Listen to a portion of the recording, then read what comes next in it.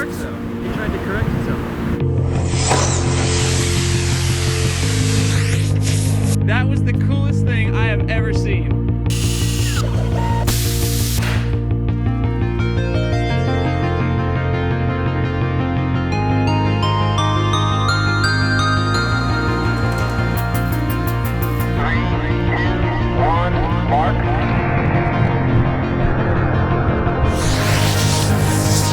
Oh dear.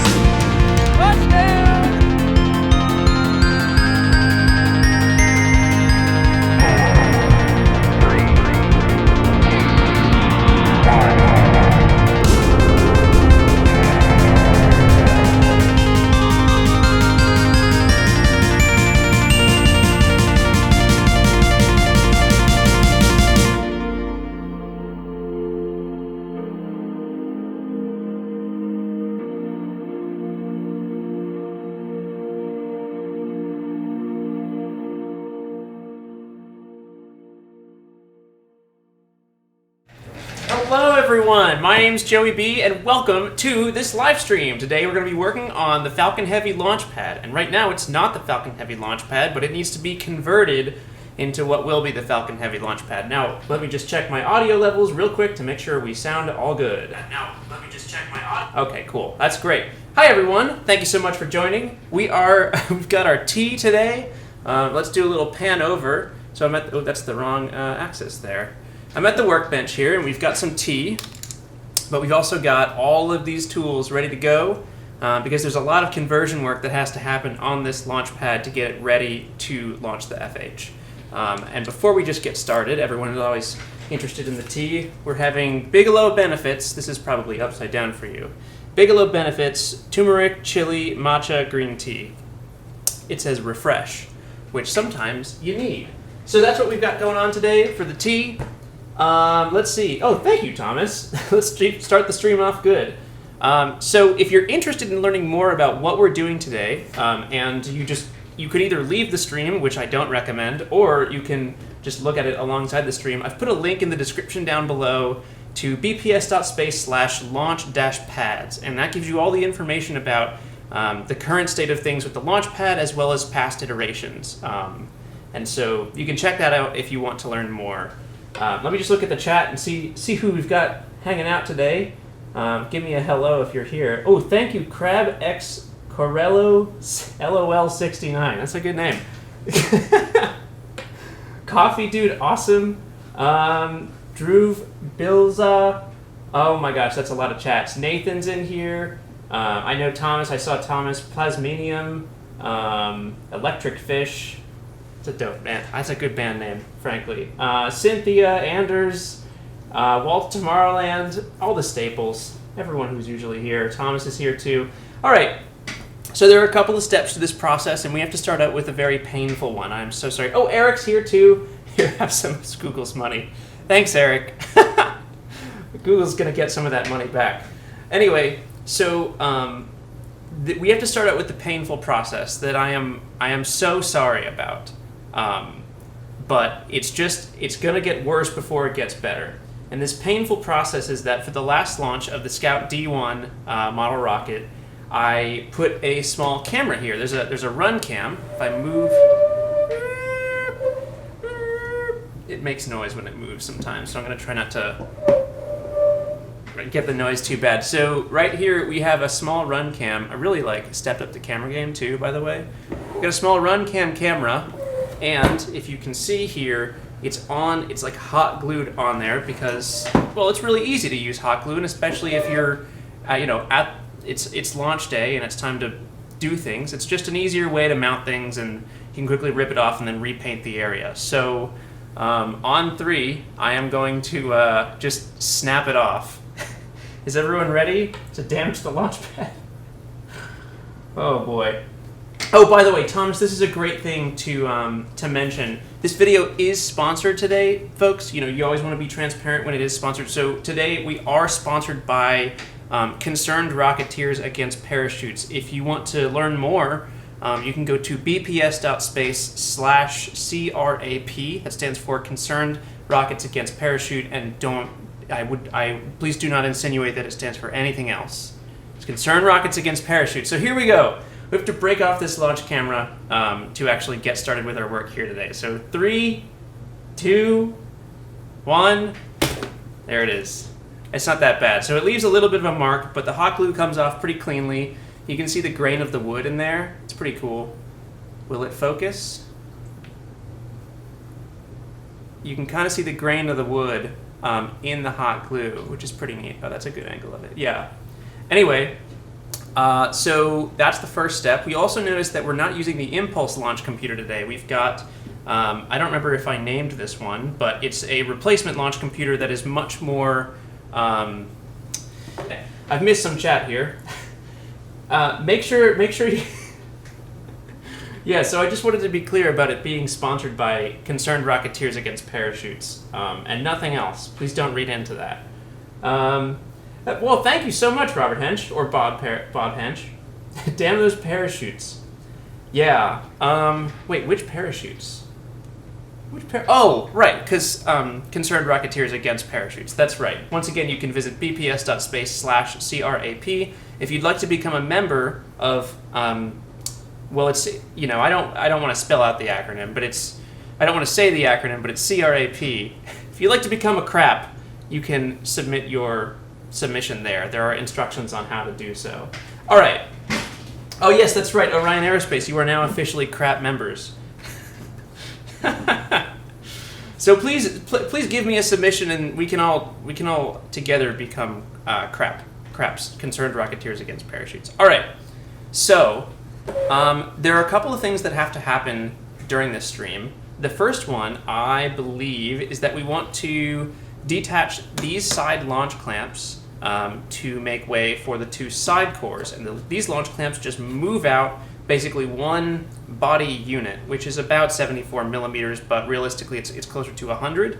Actually, I bet if I measured that right now, I could get a good measurement on it, but it's about 100 millimeters out on each clamp. You can actually see the holes, if you look close, the mount point holes, and then we will have to modify the flame trench under here to use some new inlet ports, because right now we only have one available. And I also have to take a sip of tea.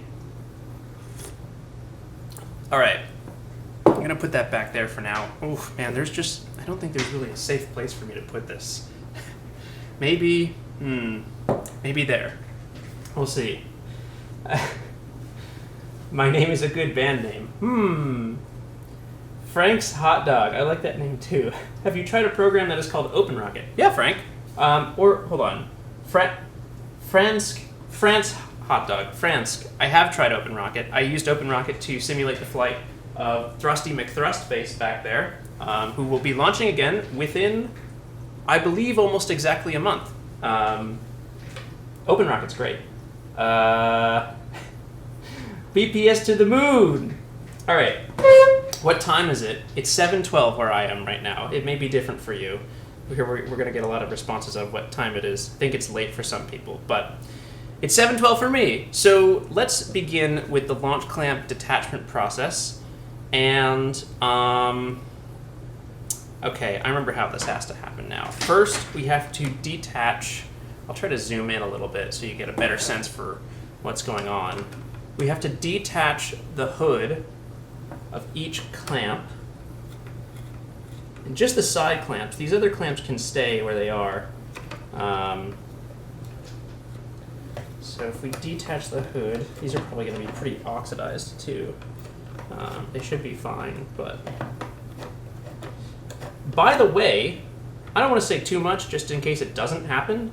I have reason to believe that we can move to much beefier launch clamps pretty soon. Okay, this is like not really the frame that I want, so this has to pan a little bit left. 1 second here.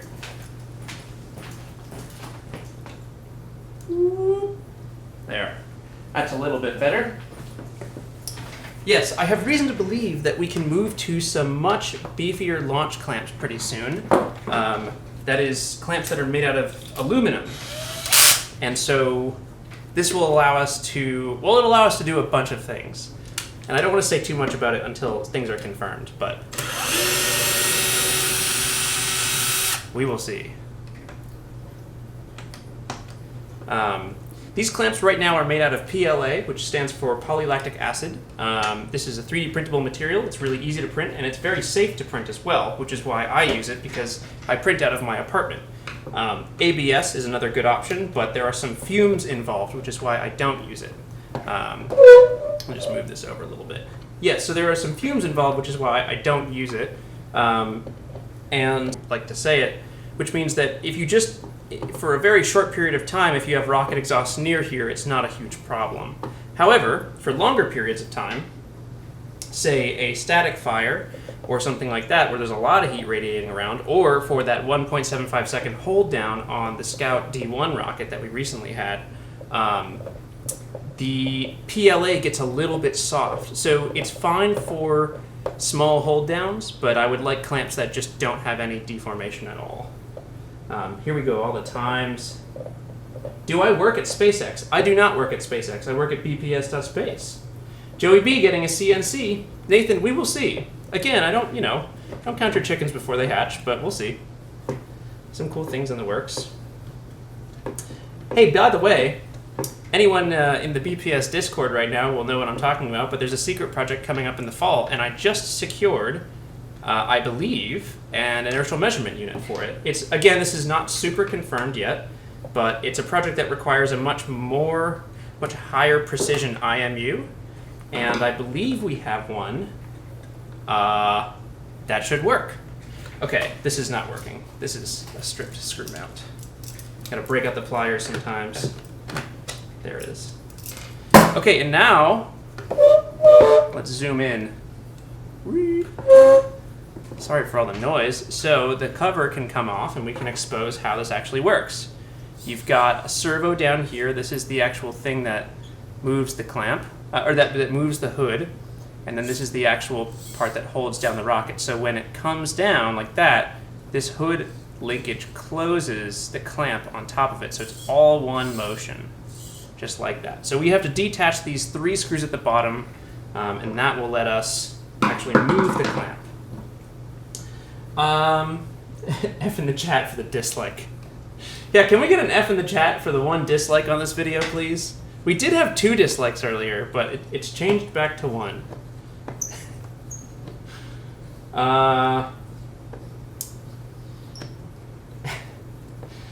People, I wonder what the secret project is. If you know what it is, you're not allowed to guess.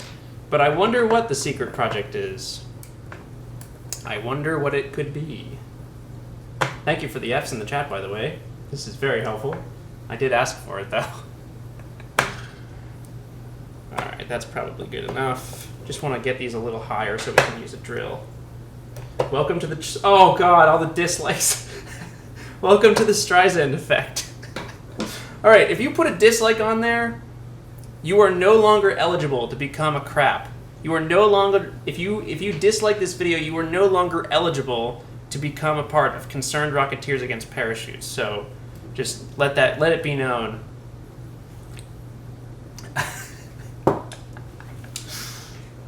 Alright, so now take these out. And this. Oops. Okay, and by the way, I have to detach this servo. Okay, so this is the full launch clamp. Ah, my hand is stuck. This is the full launch clamp here. Just move these screws. So this is a better view of the mechanics. So you've got a servo, right? And then the clamp moves in like that. It's not an amazing design, but it does work. You can see things are pretty heavily oxidized here. This is just what happens when you burn ammonium chlorate. These are stainless steel, but they still rust because of just how intensely the outside of them oxidizes. Oh man, I cannot talk at all. You know what I'm talking about, though. Let's see if anyone guessed the secret project. Let's see. Secret project is a fully sentient rocket.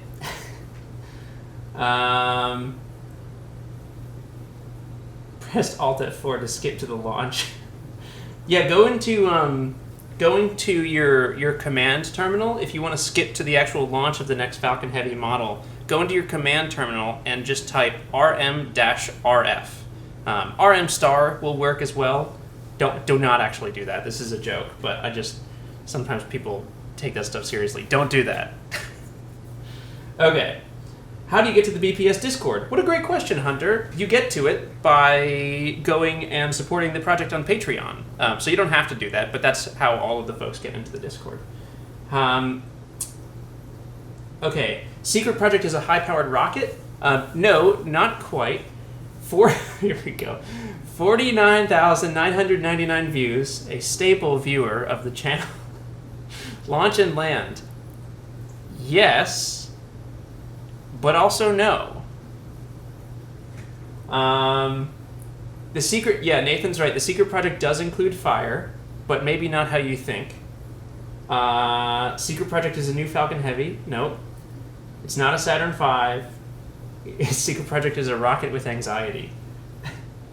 It's not the tube project. If we're not landing at Area 51. Okay, I have to keep working. So put it in the chat. What do you think I should do? I can either move the second launch clamp, which is over here. It'll be an identical process. Or I can replace the launch pad clamp right here to the outer position. What do you want me to do? Option 1 is move the second clamp. Option 2 is move the current clamp. I don't know why I made this a poll. This is a very easy thing. Replace the first one. 1. Option 2, replace. 1, 2, 1. Option 3, storm Area 51. The Area 51 memes are out of control. My goodness. Okay, so let's just do option 2 because it's my space program and I'll do what I want. That's my new phrase. So this launch clamp is going here. You got a little hole for the cable. And then we just line it up with these screw holes. Excuse me. Okay, so is that correct? Wow, I got it right on the first try. Now, one thing that we have to be careful of that every now and then becomes a problem is the alignment of these clamps. Or rather, hold on. Okay. Boy, there's a lot of activity in my pocket right now. What is going on? It's a bunch of emails. Oh, you know what I think I did? I think I told everyone to email me about crap. That's what I've done. Y'all are blowing up my phone right now. This is unintended. Okay, I have to hand tighten the rest of these. The camera's on autofocus, by the way. Sorry about that. I might back the camera up. I'm gonna do that. Let me just back it up a little bit so that you can see from the side. This will help, I think. Overall. Yeah, that's better.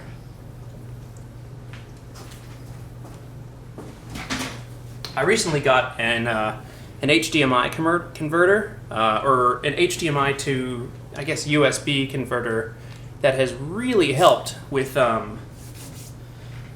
just like stream quality. So this is one of the main tracking cameras that I use, and it's pulling really clean HDMI out instead of that janky like DSLR setup that I used to have.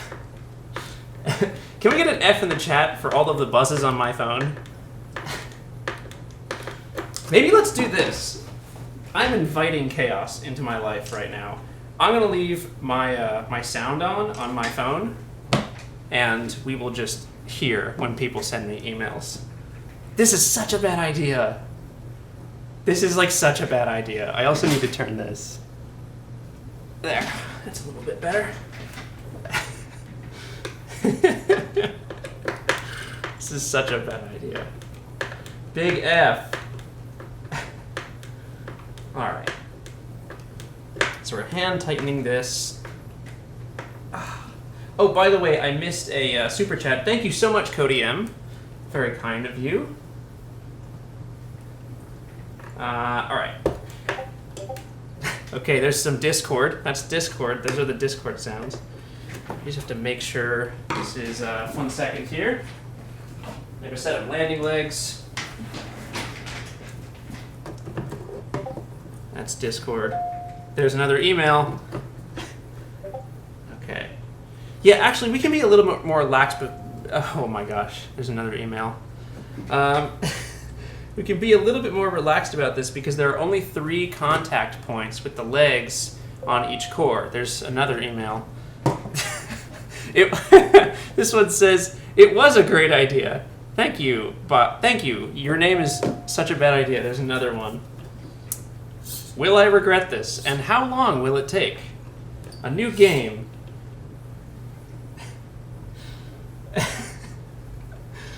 And then we have to add to the Siri meme too. "Hey Siri, what's my name?" "You're Joe, but since we're friends, I get to call you Rocket Man." "I'm Rocket Man now. I'm no longer Big Papa. I had to change it." Here's another email. Okay, so now we're going to replace... There's another one. Oh, man. So now we're going to replace the mount point, or the actuation point screw. There's another one. Replace the actuation point screw in here. And then we have to secure the launch clamp cover. And then we can move on to the next clamp. All right, that feels pretty good to me.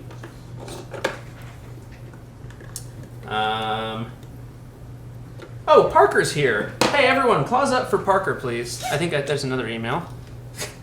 If you haven't already figured it out, why on the website it says I cannot respond to all emails, it's not usually this bad, but it's not too far off.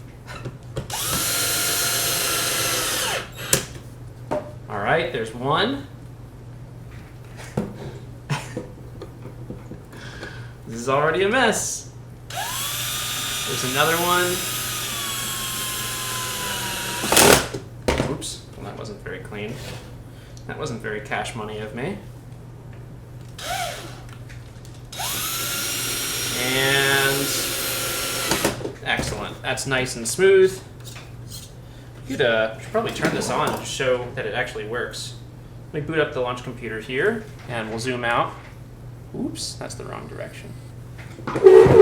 Okay, see, now this is a problem because it's like weirdly cropped. All right, well, anyway, we can just show that it works. And so the only clamps that are connected right now are, I guess, the only clamps that you can see that are connected right now are these two.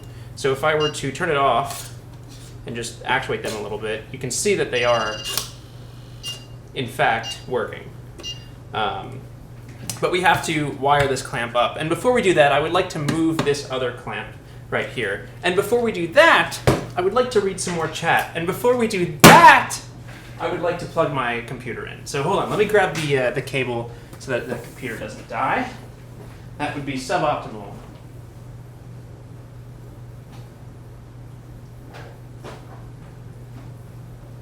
All right, there's a plug.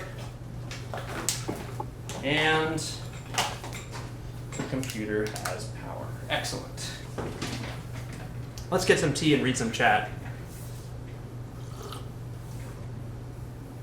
All right, we've got people trying to join crap.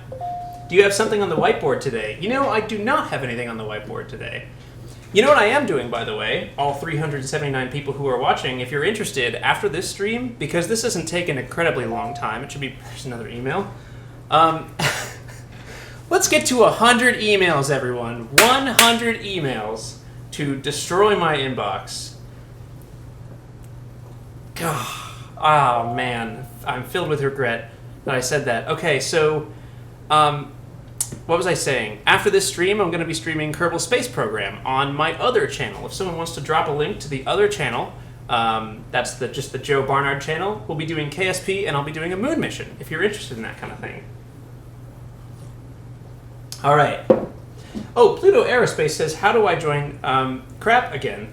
Pluto Aerospace, the way you can join is by submitting the properly notated derivation of the Navier-Stokes equations through the BPS contact form. Good luck. Okay, cool. Now, I would like to probably just tilt this instead of moving the pad. There we go. Tilt it over a little bit. Oh, now that's stuck. This is a mess. Okay, there's more email. There we go. And that should stay focused. There's another one. Can I get an inbox count? Hold on. Inbox count 25. We can do better than that. All right, 26. Can someone keep track of how many? All right, 27. Why am I like this? Why am I like this? Why do I do these things? All right. We're going to unscrew. This is the same process as last time, but it will look opposite to you because 28. We are unscrewing this. Oh, this one's going to be hard. Parker says, sending a text for the meme. Thank you, Parker. Is that a lobster? It was a lobster. Thank you. All right. This is not coming out, which is a problem. And I think what I can do, I think I did this last time too. If I stress it, it creates enough friction to actually get out of there, which is what I want. Okay, hold on. Ugh.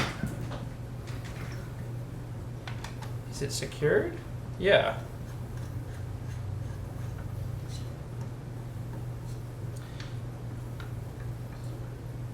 Oh man, this is a problem.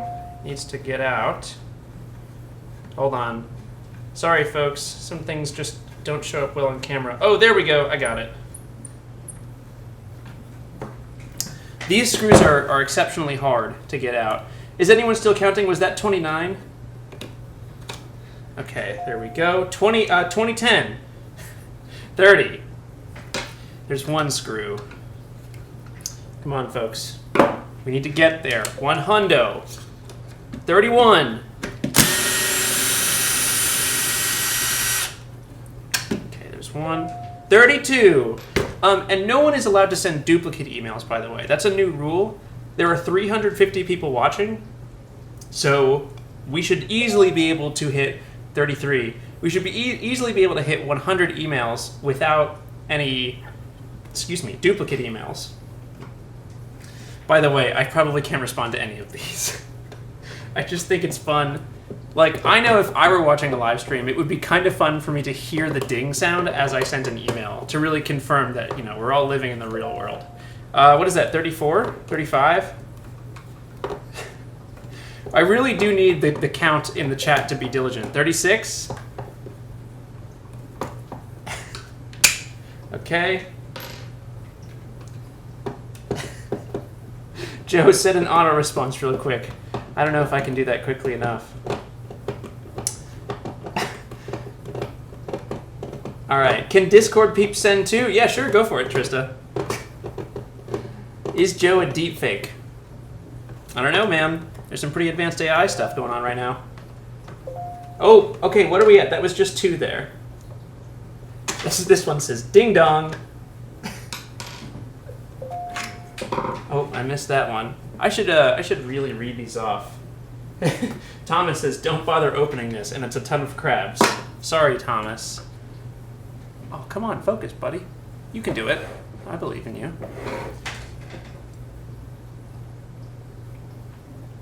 Okay, I'm so confused. What do I have to email? You don't have to email anything. I just kind of like the idea that my inbox is completely flooded. I don't think it's a good idea for me to show my phone on the internet, but it is here. Okay, let me see if I can turn the volume up too. It's all the way up. All right, that will keep dinging. Oh, there's another one. Dude. Thank you, Joe. Oh, it's Joe Wakefield. What up, Joe? Diego, thought I'd join in. Good night. Love your stuff. Okay, what started out as, I think, a disaster is going pretty well, actually. Thank you, Mike, who says ding. All right, I need to first manually untighten these screws. Thank you, Marius. 100 Mark, what up? Hello, excited to launch. Thank you, Big Papa. Thank you, Ben. Do we still have the count on this? Thank you, Timothy Anderson, for the super chat, by the way. What educational resources can you recommend on? Timothy, that's a great question. So I'll provide a couple of them here, but I am going to do a full video. There's another email. I am going to do a full email. There's another one. There's another one. There's another one. I am going to do a full video on online resources that you can use for model rocketry building, and that should be out in about a week. But if I had to recommend anything right now, there's another email. For coding, Jeremy Blum's tutorial series on Arduino on YouTube is great. For just general questions, there's another email that says, please read. It went away too soon. This is an email. Thank you, Big Papa emails. Thank you, Eric. All right. Okay, from now on, emails have to be telling me what's going on in the live stream. So when you send an email, you have to tell me what is actually happening during the stream, or give me like a reference point, like how far into the stream are we, or something like that, so that I can look back in the future and be like, oh, cool, that's when I got that email. That's the new rule. Oh, sorry, I didn't finish the online resources. Let's get to 100. Thank you, Ole. The online resources, the other thing that's really great is the Rocketry subreddit. Thomas, no duplicate emails. Joe Barnard from the future. Wait, this is a good one. I have to read this. Oh, we're at 66 emails, just to update everyone. 66, so we must have missed a couple. This one says, what do aliens on the metric... All right, I'm going to read this. Roger, you're not allowed to give it away. What do aliens on the metric system say? Take me to your liter. This is good. This is pretty good. Ryan says, you're taking more clamps off. Please read. Steve says, you are awesome. Thanks, Steve. Rylaya says, I don't know what number this is, but great job loosening those screws. Yeah, this is insane. This one says, are you going to Area 51? I will not be attending, but I will be following along online. Okay, so the sounds have stopped. Here we go. Let's just, Face ID. Okay, we're at 71 currently, although that's not actually correct because I read a couple of them. All right, 72, 73, 74, 75. Taking these screws out. Actually, we don't have to take them out fully. Here's the launch clamp again. 76, 77, 78, 79.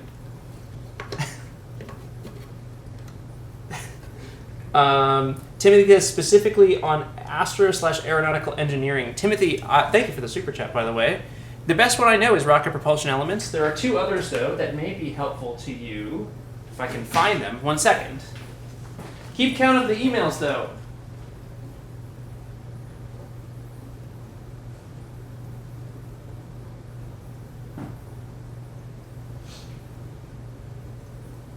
These two are pretty good books. My dad and I actually independently bought this book. That's another one. 81, that email says, Fundamentals of Astrodynamics. This is a pretty good book by these authors. Turn it upside down so you can see more clearly. Yeah, this is a pretty good book for orbital mechanics, although frankly, just play Kerbal Space Program and you'll like get such a good, I mean, it won't give you the actual math, but it'll give you a good intuition. And then this one's very intense. Aerothermodynamics of gas turbine and rocket propulsion. This one's good. I can't get the whole thing in the frame, but it's AIAA, which means you know it's pretty good. I hope that's helpful. Okay, let's see what the current count is, just to make sure that 86 right now. It says 86 on my phone. I'm not gonna show the phone screen because I've gotten nearly in trouble for that before. 87, you are not 100. 88, 89.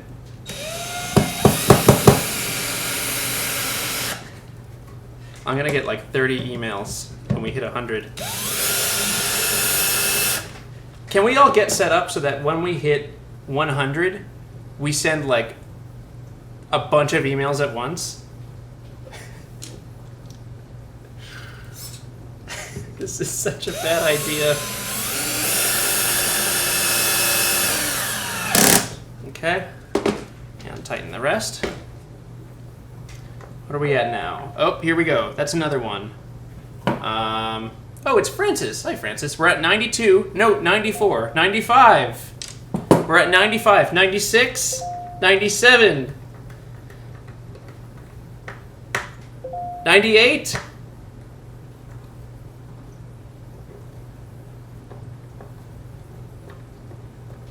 99. 100. 101. 102. 103. 104. 105.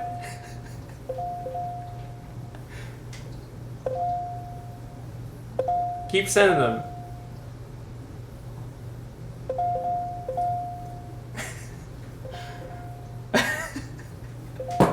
This is a nightmare. This is my personal hell. Thank you, everyone, for participating in this. Oh, I need to get the other screw in here. I think I messed that up.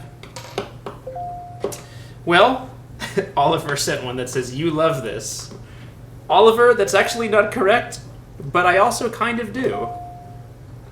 Timothy says, "Thank you, Joe. Currently have the desire to pursue a career in the aero/astro engineering sector. I'll check them out and follow up with an email." Oh boy, another email.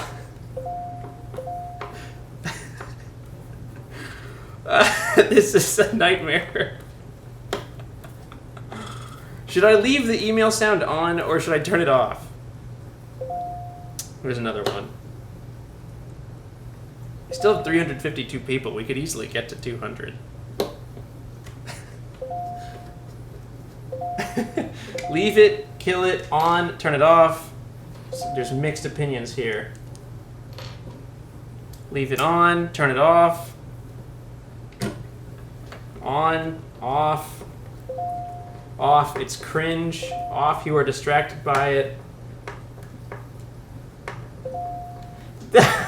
Joe, next time you do the email thing, set them all to forward to Parker. That is an excellent idea.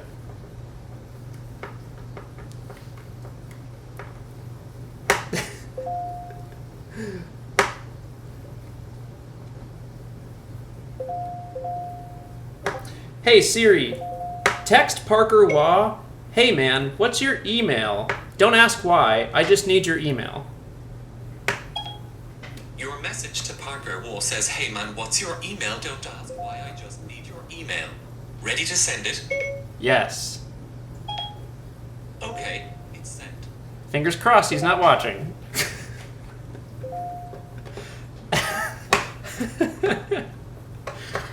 This is a live stream called Joey B Just Messes with His Friends.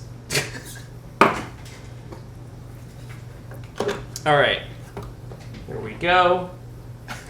I don't see him in the chat. Maybe he's not there. We'll see. Is he watching?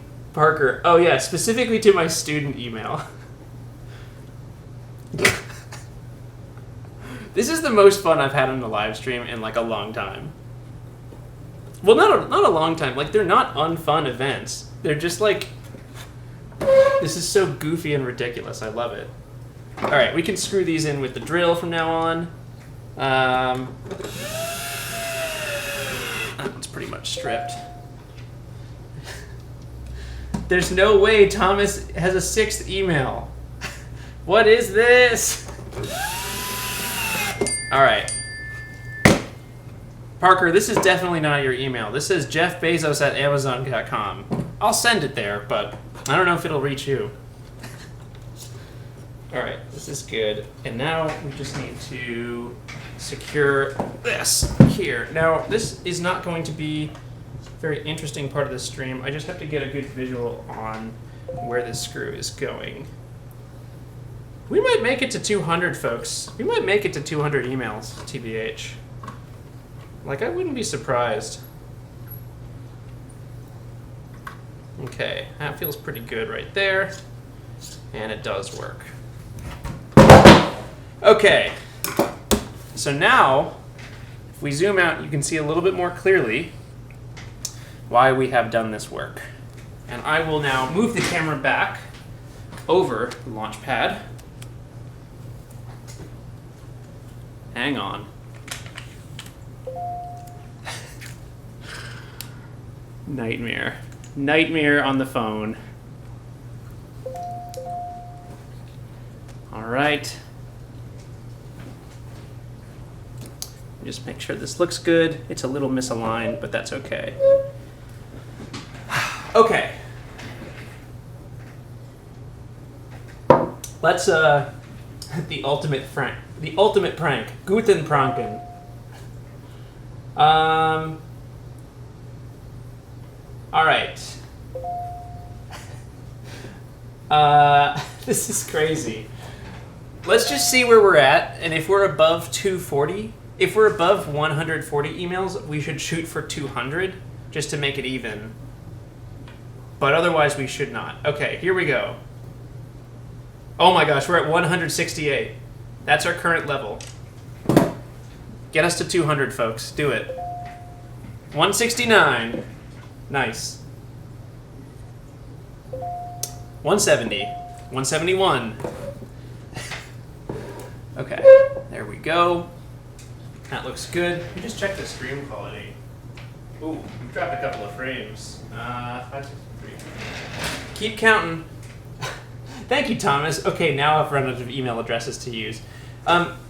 Frog says, what are we emailing for? You know, that's a great question. We're emailing because I decided, I literally said to someone today, my inbox is pretty calm.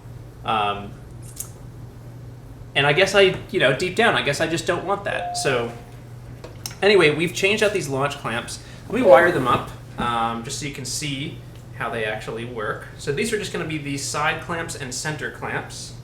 But this will give you a good idea for what's going on here. I believe I can just use this.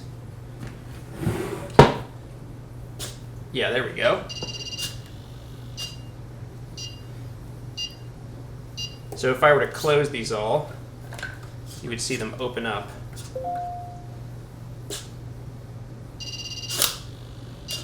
Yeah, there we go. So these 4 clamps are wired up right now. Oh, and this one was a good one. All right, we're at 177 right now, apparently. 177. Logan says, beep boop, I'm an email. Here's a pun. How does a man cut his hair on the moon? Eclipse it. It's not bad. All right, we're at 178 currently. 178 emails. We have just 22 to go, folks. 22 emails. 179. After this, we're done. 180. All right, this is good. And it's time to start working on the flame trench. So, let's start unscrewing things. 181. You stole my identity. 182. 183. 184.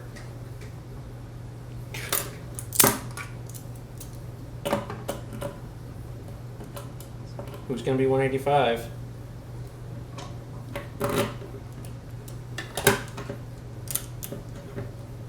Someone's going to do it.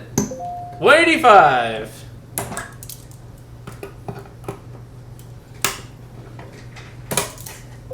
$186, $187, $188.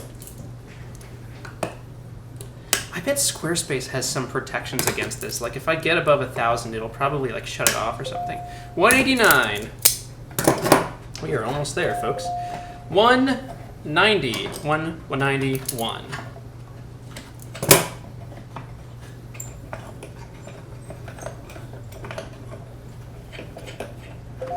192. Oh, no, apparently we're at 189. Never mind. I think this count is wrong. All right, 190. That's 190 right now. 191. 192.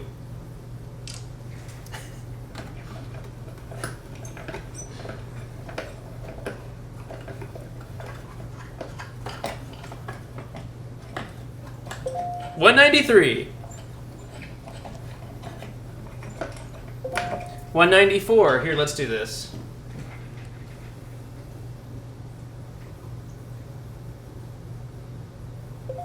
$195.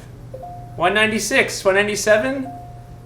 198. 199. Come on, update.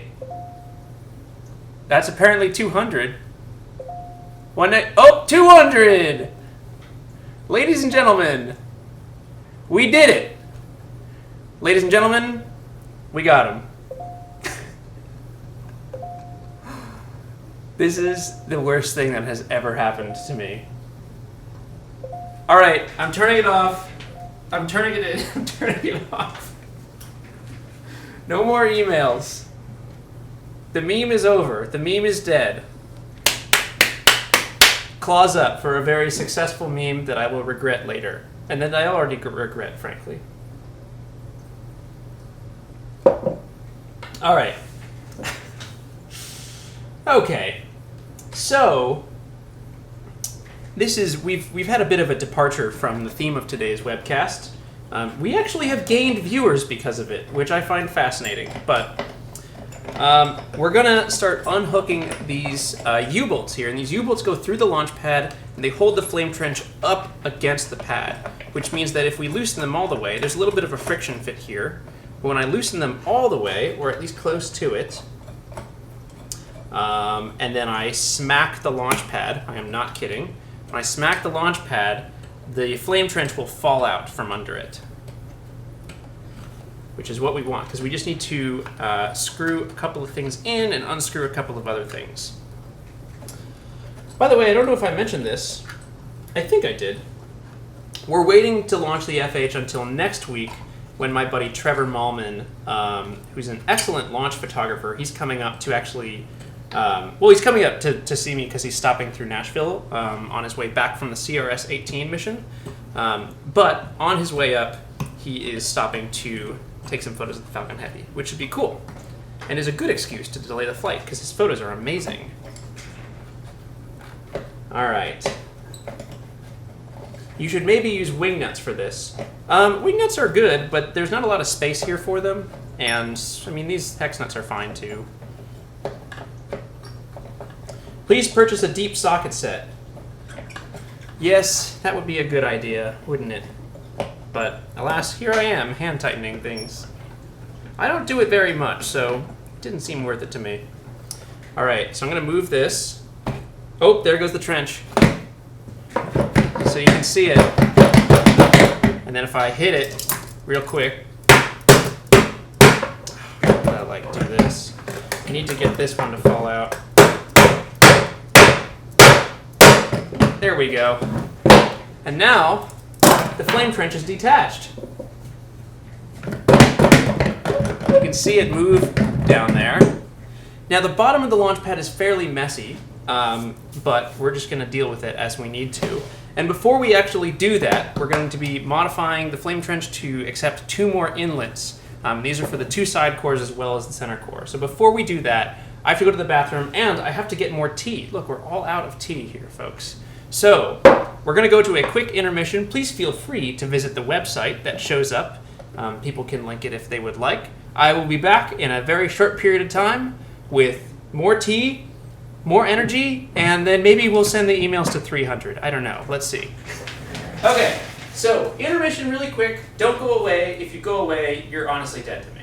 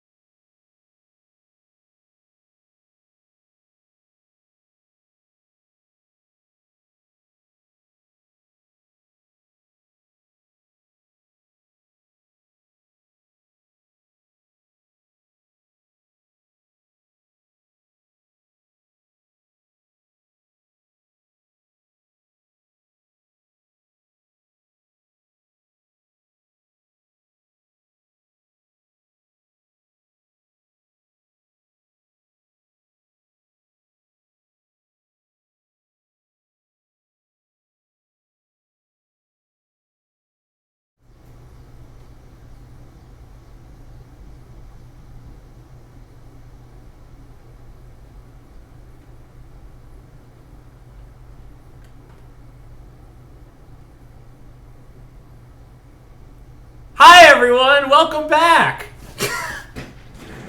I have to go for the scare. It's a classic move. Let's go back to the workbench. Hi everyone, welcome back to the stream. How loud did that come across? I have to hear this. Hold on. Hi everyone, welcome back.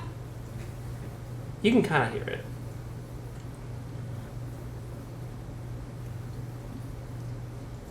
Hi everyone, welcome back. This stream is filled with nonsense. Speaking of, well, nothing that's related, I have new tea, ladies and gentlemen. You can see it in here. This is, I should have kept the wrapper. It's another Bigelow tea. It's called Orange and Spice. This is a favorite of mine. And I don't know, it's just really great. I think it's just herbal tea. It's not caffeinated or anything, but if you have any Bigelow Orange and Spice tea, you should tweet it at me. That's the new rule. That's what you do with it. This stream is filled with crap. All right, my ears are bleeding while on fire. Got him. Okay, I definitely scared a couple of folks. That's good. That's what I wanted. Gotta keep you on your toes. So we're going to turn Launchpad over now. This is kind of coming loose. We're turning the Launchpad over because it's time to work on the launch clamps. And I have to do it really gently because we rest on some of those LED mounts. And that's, well, I don't really want to do that. So this is how the launch clamp stuff is set up, or rather the flame trench. You'll see it's very rusty. It's extremely oxidized because of all the ammonium perchlorate, and also just it's old. This trench is over like a year and a half old. I built it in like January of 2018. So yeah, like a year and a half or so. So what we have to do is detach these two plugs right here and then attach the inlets to them. So it's a very easy process. All right. Here we go. They're just really rusted in there. Hold on.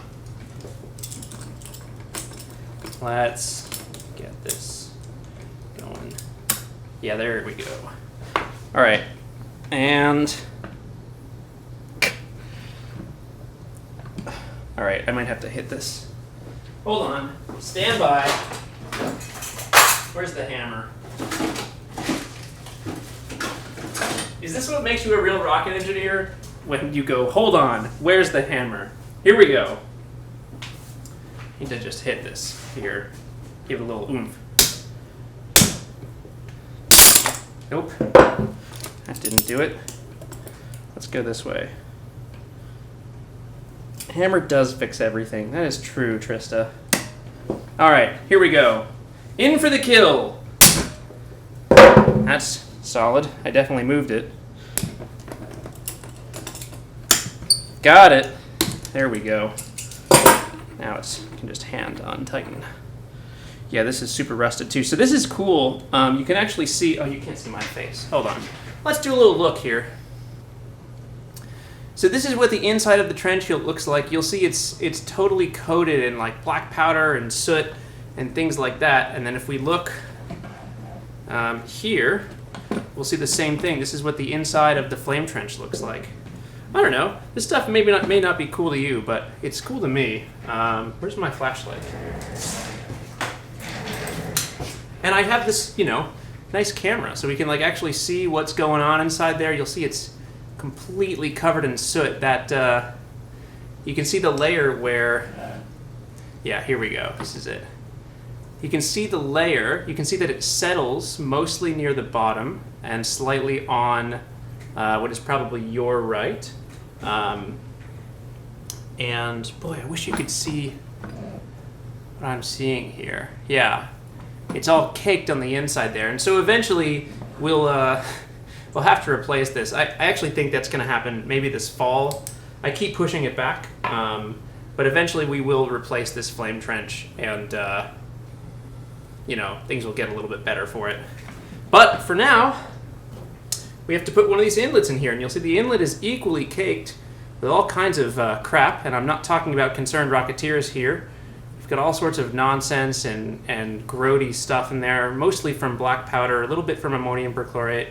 You can also see, especially on this one, where it gets super hot and all the rust either, if anyone understands the chemical process behind this, I would love to know. It gets so hot down here because this is exactly where the engine is firing into. I'm curious why the rust does not exist there. I would say it could possibly be because of a patch of grass being there, but this is at the exact same level as this. So it has to do with heat. And maybe there's a temperature above which it's harder for the iron to oxidize. Anyway, that's a whole lot of nerdy stuff. So we just have to attach this. And I'm going to do it loosely. I'm not going to pay too much attention to it here. All right, I should also probably pay attention to the chat and take a sip of tea here. Ooh, Dr. Zarkov, try a little anti-seize when you replace the trench. That's a good idea. Replace it with stainless steel. US water rockets, that's a good idea too. Are we still streaming? 7:03. Give me a thumbs up if we're still definitely streaming. I think we may have dropped a couple of frames there. All right. Yeah, let me know if it still looks good to everyone. So, okay, we are good, says Moonman. Thank you very much. Just dropped on my computer for a second there. So this one is attached, and we need to do the same process for this guy right over here. What was I talking about before? Install a water suppression system into the trench. Hey, is Charlie Garcia here? Someone wants to ping Charlie Garcia. Charlie really wants to build a water suppression system for me, and I believe he has a design ready. Yeah, but that can't really happen until we upgrade the trench to something that's not made out of wood. Yeah, we'll see. I think there are a couple of ways that could be done in the future. We'll have to see. There we go. I didn't need to hammer that one. That one came off pretty easy. US water rockets. I have to respond to your post on Patreon, by the way. We can check on this piece right here. Where's my flashlight? So this one's caked on the inside too. It's just about the same as the other one. Yeah. So this is one side of the flame trench. This is the other. They're roughly equally caked. What is really interesting to me is I think you can kind of determine where the bottom of the trench is. One side seems slightly more caked than the other. And let's see. Hold on. I have a text that I think I have to respond to, but it doesn't show up. Hold on.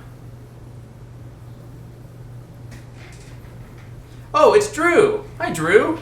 When do you think you're going to try to launch the Falcon Heavy? Drew, I won't respond to your text. It sounds like you're probably just watching the stream now.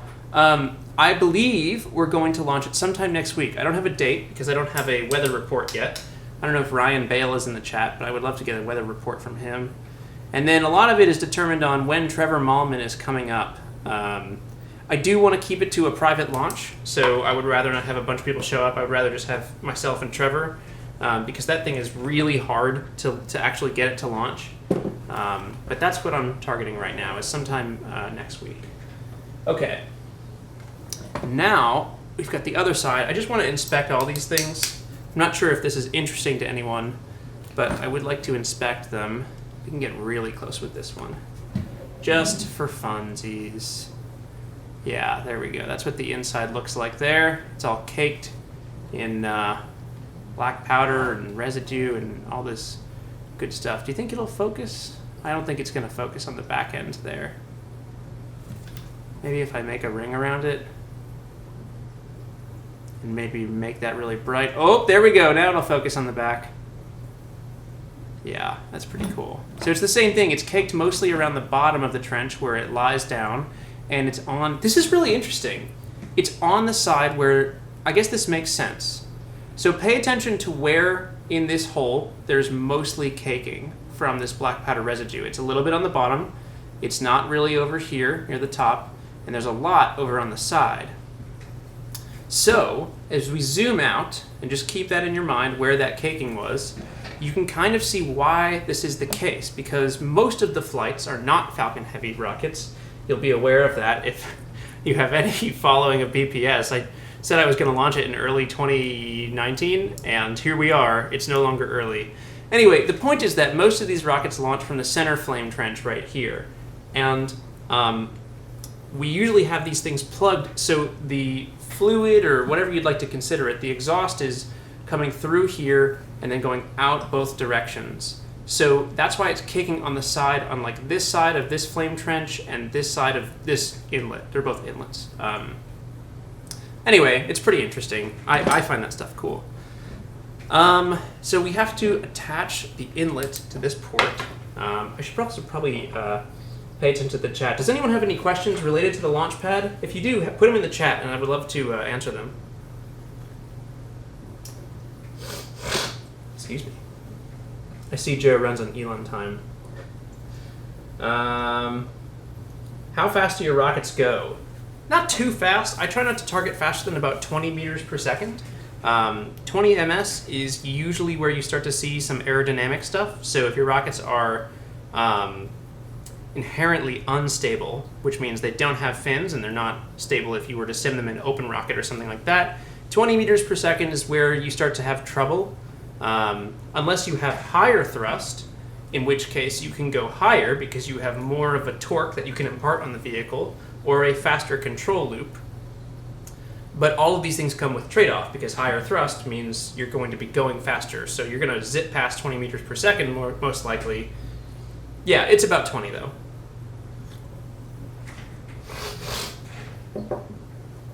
Okay. You need to buy a gun barrel cleaning kit for the flame trench. Those clean black powder residue like a champ. That's a good idea. Should look into that. How old is the launch pad? A year and a half old. I built it in January of 2018, sorry. What motors do you use and where do you get them from? I use mostly black powder and ammonium perchlorate motors. Favorites of mine are the Estes F15, the Estes E9, the Apogee F10, the Aerotech G8, G11, H13. There's some details about that on the website, though.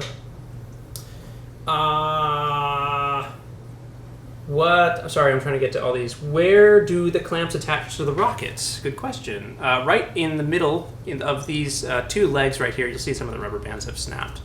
Right in the middle of these two legs, there is a very small space here, which can fit one of the hold-down clamps. And so there's just a tiny little space at each corner of the bottom of each core or each rocket. And so that's where these actually get attached. All right, let's do two more questions. Any plans to come to DC soon, says Joe Wakefield. Joe, great name, by the way. I don't have any direct plans to come to DC soon, but I don't know. If there's some super exciting things going on, maybe it'll be worth it. Or if I get in a bunch of legal trouble, I'll probably end up there. What kind of nose cones do you use on your rockets? Mostly 3D printed and mostly just custom built. Thrusty McThrustface is, I believe, some type of plastic that's not 3D printed, but is instead, I think, either an injection molded or something like that. Joe, are you happy? I am happy. That's a nice question. Thanks, Frog. Yeah, I'm doing really great. I was like really stressed out at the beginning of the year. I'm a lot happier now, though. Things are going well. All right, so we won't turn faster or further than that. This might not actually fit. Let me see if I can replace this with a different flame trench piece. Okay. Hold on here. If you can hear me, I'm looking for a different piece for the flame trench because the current one doesn't quite fit in the way that I want. Alright, this one's equally rusty, but it may give us some better results. Okay.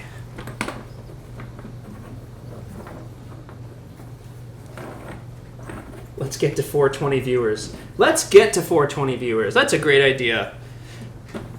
Smash that like button if you want to get to 420 viewers. We have 398 people watching and only 285 likes. So there are, someone can do the math on that, but there are a number of people who are ambivalent about the stream right now. Which, TBH, I get, I understand. Okay, so these are mostly in the right place right now. I do probably need to hammer this one in. So everyone, cover your ears. There's a noise warning. Oh, my neighbor's home. There's a noise warning. This is an excellent time for me to be hammering. I need to just hammer this last one in. Here we go. Okay, that might not work. There we go. That's better. If I just lift the trench up, I can get a better angle on it.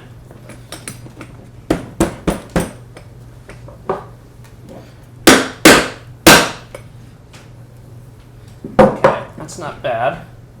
It's not amazing, but... Okay, that should be good enough.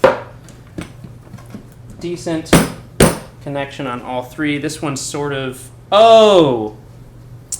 Oh dear. Oh dear. What have I done? Can we get an F in the chat? Because I'm realizing why this was stuck. Oh dear. I wonder if anyone called it before it happened. Oh boy. F in the chat, please. If you never send Fs in the chat. Thomas, thank you for the super chat. Read the next thing I say in the chat, please. Thomas, I'm sorry, the chat moves quite fast. I don't mean to miss your messages. Okay, hold on. We have to fix this right now. This is not good.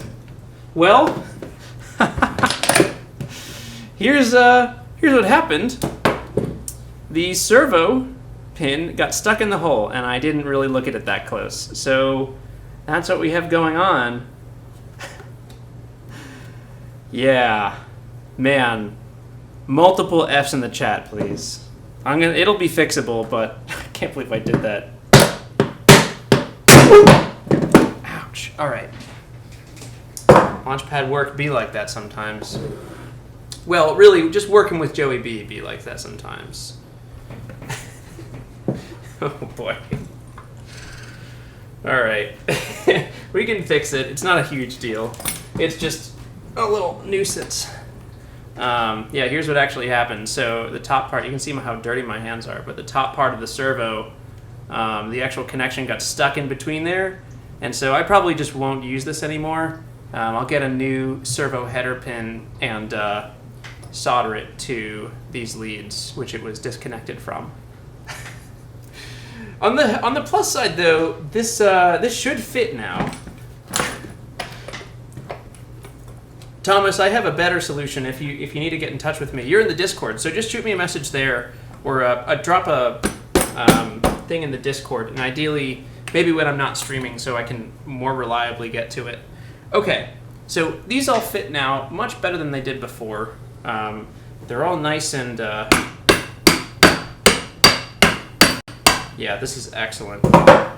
They're nice and flush with the top here. Let's turn this around. Okay. Yeah, they're nice and flush with these holes, and if I look on the bottom, yeah, I definitely find that to be the case. I'm going to rock them back just a little bit, and then we are going to solidify all this in place by hand tightening at least 2 of these launch clamps. I see Jared said to General Aerospace, if you want to use PVC for a flame trench, that is a bad idea. It will melt. Jared, I second that motion. PVC, just don't use PVC in any part of rocketry. Just don't do it. Don't use it for motors, and don't use it for a flame trench. As a flame trench, it will melt. For motors, the fracturing of PVC, when you experience overpressure within a PVC pipe, it doesn't fracture in a calm way. It completely shatters. So it's dangerous. It's extra dangerous, more than a regular overpressurization event. Okay. Hammer beats with Joey B. Hi Joe, I'm building my first rocket. Awesome. I recently performed a parachute deployment test. I'd be really happy if you watch it. I'm afraid I can't watch it right now, but congratulations on performing your first parachute test. That stuff is super cool, especially if you're using like explosive charges. All right, so what I'm doing right now is I'm just tightening these U-bolts from the other side so that when we tilt the pad over, the flame trench doesn't sort of fall through here. What material are the clamps, says Alex. The clamps are made of PLA, or polylactic acid. This is not a fully ideal material for these launch clamps, but it is a good material if you're printing in an enclosed space like my apartment and want to minimize the effect of fumes. And someone seems to have asked about a printer, and Jared Bass is correct. It is a Prusa i3 Mark II. I imagine the Mark III is much better. I think they maybe mostly sell the Mark III now. That printer is so good, though. I don't know if Prusa sponsors anyone, but I would happily sponsor them. Or I would just continue saying good things while being paid nothing. All right. Look at this. Look at all this crap on the table. Okay, so our flame trench is somewhat secure now. You'll see we have some... Oh, wow. Look, this is... the comparison between the three different inlets is really interesting. Let me zoom out a little bit. Yeah, this one's obviously old, but if I put my finger in there, you can feel... Basically what I'm looking for is how thin the metal is at that one point, and all of these have acceptable chunks out of them. When you fire enough motors into one of these iron flame trenches, it eats away at the iron because you're firing directly into the metal, this really hot stream of exhaust. So I wonder if I can... Let's see if I can do this.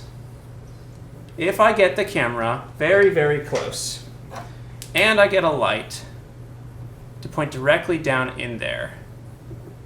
This is inside one of these flame trench inlets.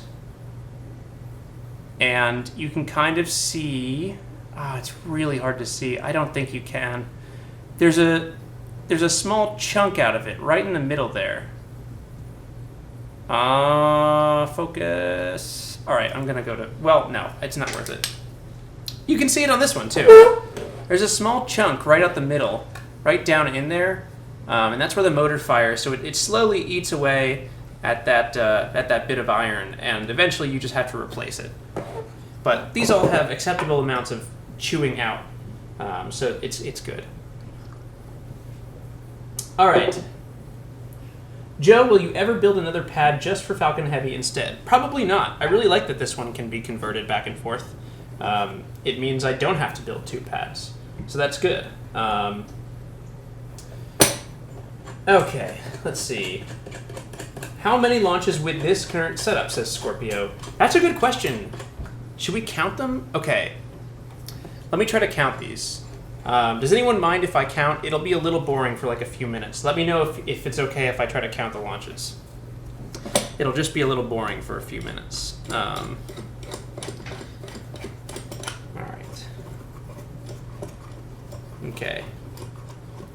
Let's just finish this up here. Why are you ignoring my question? I'm not ignoring anyone's questions. The chat is just going by faster than I can respond to this stuff. If you feel like your question is being ignored, I promise that is not the case. I just can't get to all of them. Okay. Go ahead, Joe. Let's do it. All right. So let me think about this. How many launches has this pad supported? It supported the Falcon Heavy static fire, which I'm counting as a launch because it was a lot of fire at one time and it was triggered by the launch pad. It supported, okay, flight 1, 2, 3, 4, 5 until the, 5 launches until the error test for signal, the user error test, and then that's 6, and then 7, 8, 9 for the G8 because we had a couple attempts at the G8 that didn't actually work because it's really hard to launch that, and then 10 for Electron, 11 for the Falcon Heavy booster test, 12, 13 for the 2 second stage tests, 14 for another Electron launch that I did. That was on my birthday. That one didn't go up on the channel. But 15 for a static fire that I did of the Echo vehicle. 16 for another static fire that I did of the Falcon 9 with the center core in the second stage. Most of those were for aesthetics. What am I at? 16? 15? We'll call it 15 to be conservative. It's got to be like at least 20, maybe like up to 25. I mean, Falcon Heavy counts as one. Let's say like 25-ish. 25 sounds about right.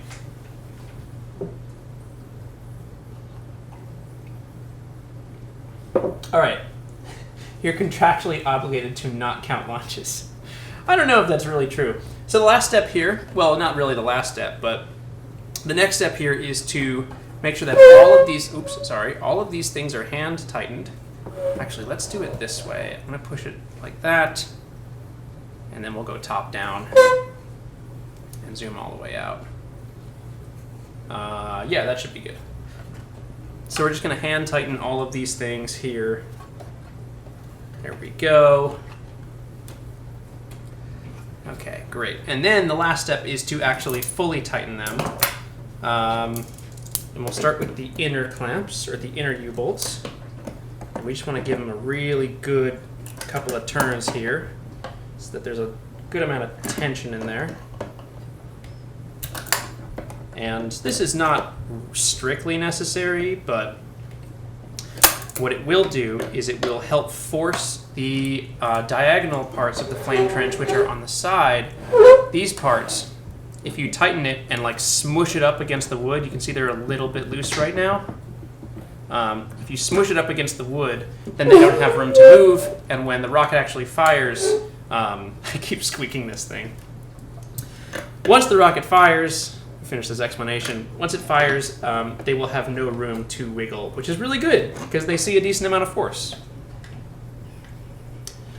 Someone said he will do KSP afterwards as well. That is true, Mark. I will be streaming Kerbal Space Program on the second channel.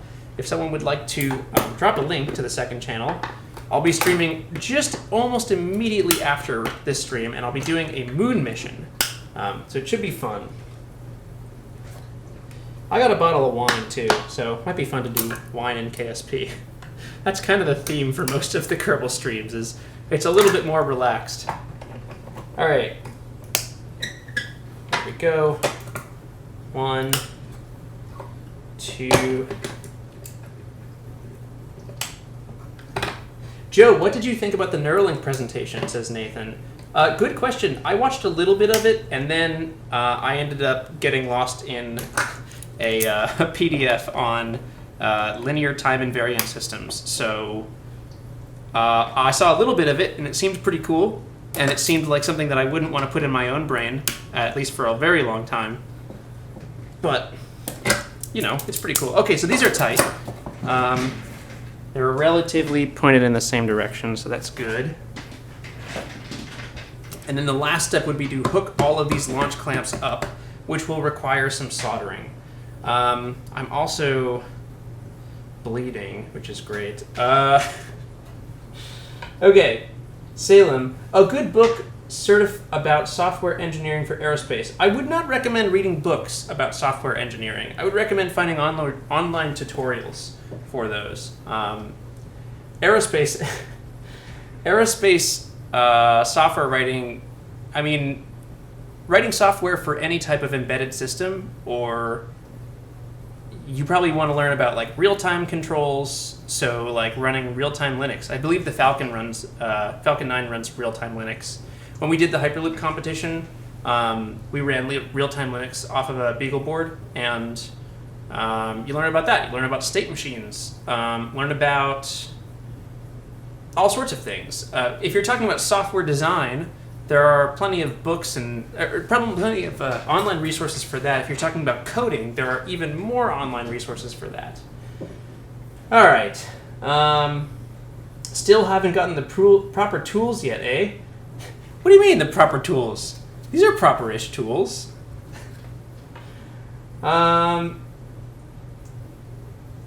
Cool, but I don't want it in my head is literally what everyone thinks about Starhopper. Thanks a lot, I appreciate it. You're welcome, Salem. I'm sorry I missed your question earlier. All right.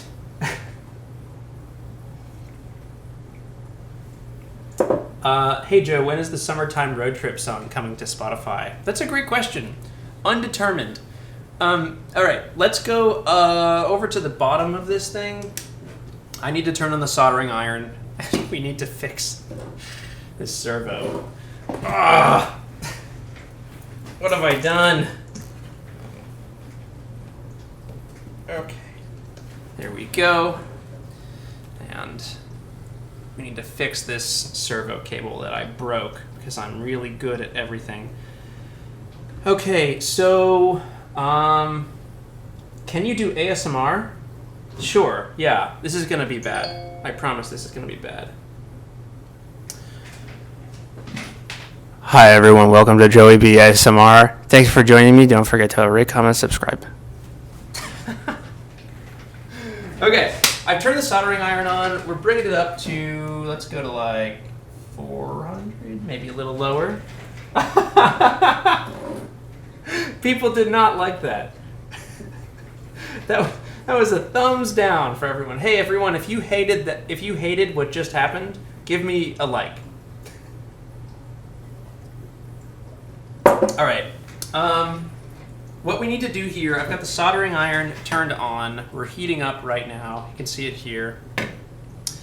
I need a cable that I can sacrifice for this job. I also need some cutters. Okay. If everyone would just be patient for one quick second, we're going to fix this servo cable that I massacred. Yeah, we will repair the damage that I have done. All right, hold on. Stand by.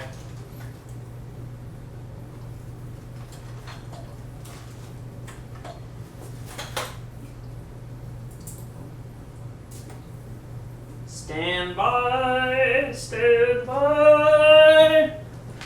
Jody B's going crazy. All right, here we go. So this needs to reach over to one of these guys, and that's not that hard to do, but we are going to give it a decent amount of leeway. So can we get an F in the chat for this perfectly good servo extension cable that is about to die? 3, 2, 1. Let's zoom in. Let's get the close-up shot of destruction here, and let's do it with better pliers. All right, F in the chat, everyone. Oh, look at how dirty my fingers are. All right, 3, 2, 1. It feels awful. I feel like a bad person because of this. All right. Sorry, I missed one. Joshua M., here's $5 to never do that again, please. The ASMR bit has been profitable, ladies and gentlemen. That's amazing. All right, let's zoom back out here just a little bit. So what we're doing right now is this cable, for those who are not here, I broke this because I'm so smart. I'm really smart, and that's why I broke this. We are going to use these wire strippers. These are, how much are these? Someone can look them up on Amazon. These are the Vice Grip wire strippers here. These things are awesome. They're so cool in the way that they work. So they've got this whole, like, levered setup where one side clamps down first. As you clamp them, one goes down first and then the other, and then they pull the wire apart. So I'll show you in real time how this actually looks. I'll do it with this setup, which does not actually need to be wire stripped right now, but it'll work. So you put it in between here. It's really cool. These are awesome. And then you clamp down. Let me just make sure this is nice and tight. It should work with 3 wires. Here we go. So we'll clamp down, clamp, clamp. It did work. There it is. Okay, it didn't work for the black cable, but it did for the other ones here. So for the black cable, I can just pull it out and do it again. You know, it's hard to do multiple wires at once. It's hard to get a good grip on them, but you go ahead and you put it in between, and there you go. It just strips it for you. It's a really good tool. I super highly recommend it.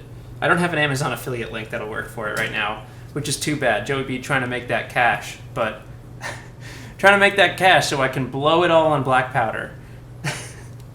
So let's just take care of these here. These are all separate. I'll do them one at a time. So we just need to expose a little bit of these each. And careful about this. Here we go. A little bit more. And finally the white cable. Wow, my hands look awful. They're so dirty. Okay, and now we need to do the same for the original cable that I broke, because I'm smart. Remember, everyone? That's why I broke it. Here we go. 1. And here we go. 2. I'm being a little generous with these lengths, but it should be okay. 2 and 3. All right, this is great news. What's not great news is that our pad doesn't sit flat on the table, so I will need these little helping hands. These guys right here are awesome. I highly recommend having a pair of them. I don't know if you would call these a pair. It's probably appropriate to do that, but they're like, yeah, there's like a little pair of alligator clips. So, my question is, can we do this so that they are in focus? And the answer to that question is, I think, yes. If I don't move around too much, they should stay in focus. There we go. That's not too bad. All right, so that is there. And that's the brown cable, so we're going to pair it with the black cable here. And we have to tin both of these to get started. This is incredible zoom. I'm trying to flex right now with the zoom here, folks. Leave a like if you enjoy the flex. All right. Let's just move the soldering iron over a little bit, and then I need some solder to work with. Okay, you know what I am gonna do just before we get started? I promise I'm not going to an intermission. I'm just going to the sink. I want to wash my hands, because this is like atrocious right now. So let me just go wash my hands really quick.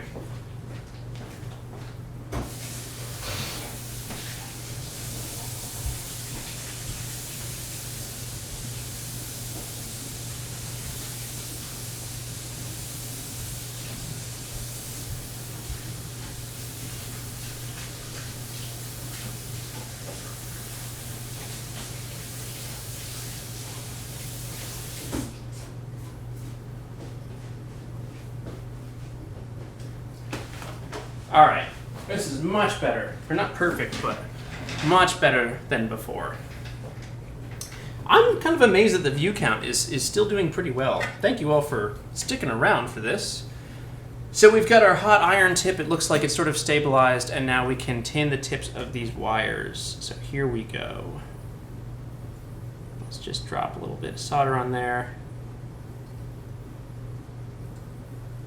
This is probably a little bit too hot, if we being honest.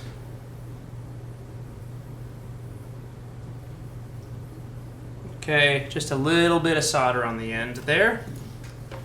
And then we'll bring them together. Now, Kith. This stream is nonsense. Why does anyone choose to watch this stuff? It is beyond me. Here we go. Perfect. I wonder if I turn autofocus back on if it will cooperate. Looks like it is. Oh no! Ah!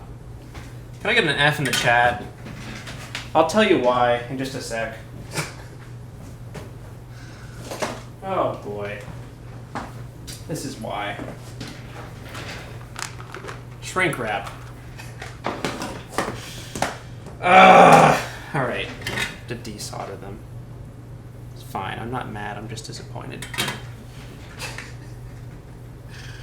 All right, shrink wrap. Here we go.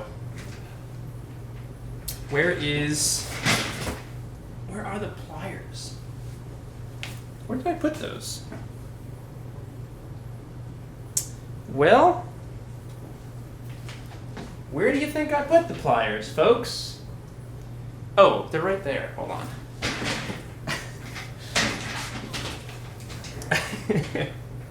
Thank you all for the Fs in the chat. It's very helpful. This is exactly what I asked for, so thank you. We're just going to cut small lengths of shrink wrap. If you don't have shrink wrap, you should spend the money on it. Not because it's super worth it, really, but just because it's really fun to have. That's why. All right, let's solder these together again, and then we can actually use the shrink wrap. So here we go. 1, 2, 3. Nice little joint. And it's a shiny joint. That is important. If your joints are shiny, then they are good. That's what you want when you're soldering.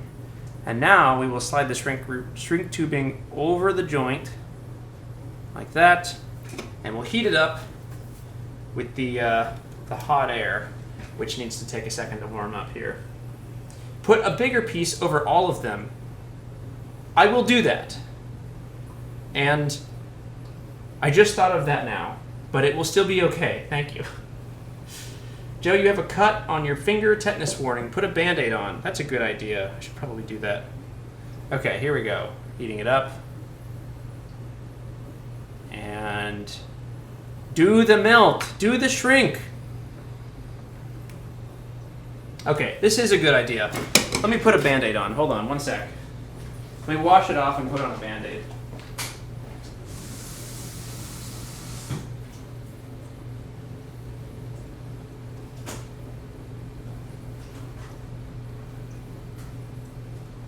I'm putting on a Band-Aid. I promise.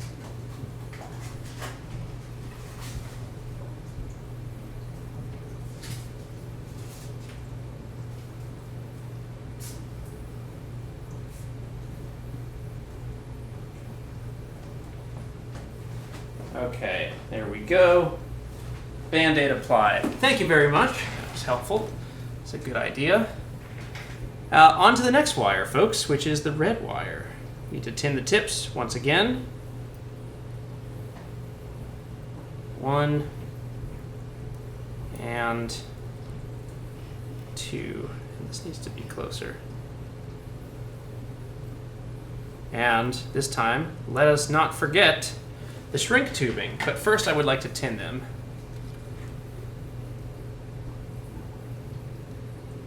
1, 2. Plenty of solder. Can be generous with that one.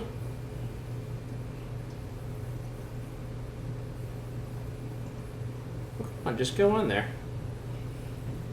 This one's having trouble. There we go. Now we will solder them together. I'm sorry I'm not paying too much attention to the chat. I promise I will get to you if you have submitted questions. I actually can't make that promise. I promise I will try. Okay.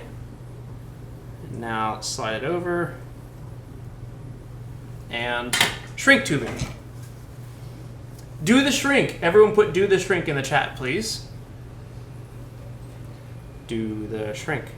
Do the shrink. Oh no, focus. Ah. Focus on the blue thing. All right, well, that's garbage.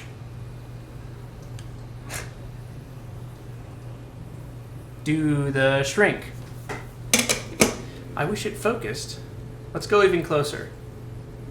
And put that in the center. I don't know exactly how it decides to focus. Just stay. Just stay focused on that. You're doing great. All right, it seems to be staying focused. It's gonna lose it for sure though. All right, last one. So here we go. 1 cable and 2 orange to white. Perfect. So first we tin the tips.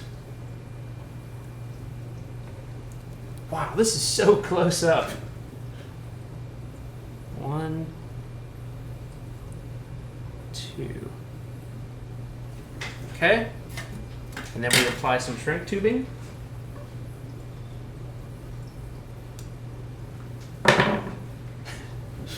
Claws up for the shrink tube, everyone.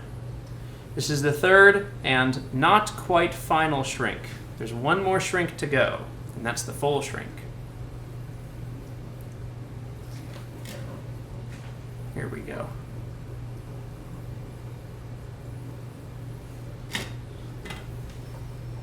And do the melt first. Good melt. And now do the shrink. Do the shrink.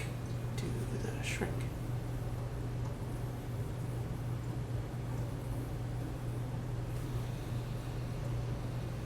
Okay.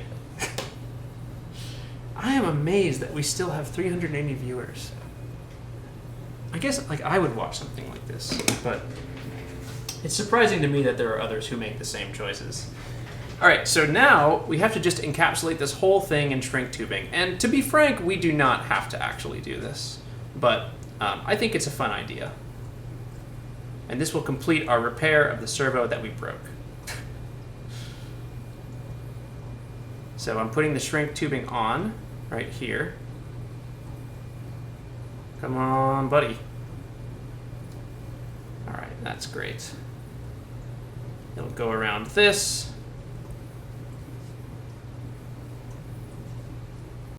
And that's about the center. So let's just hold it at both ends with the helping hands, and then we'll do the shrink for this. Will it focus? Unclear.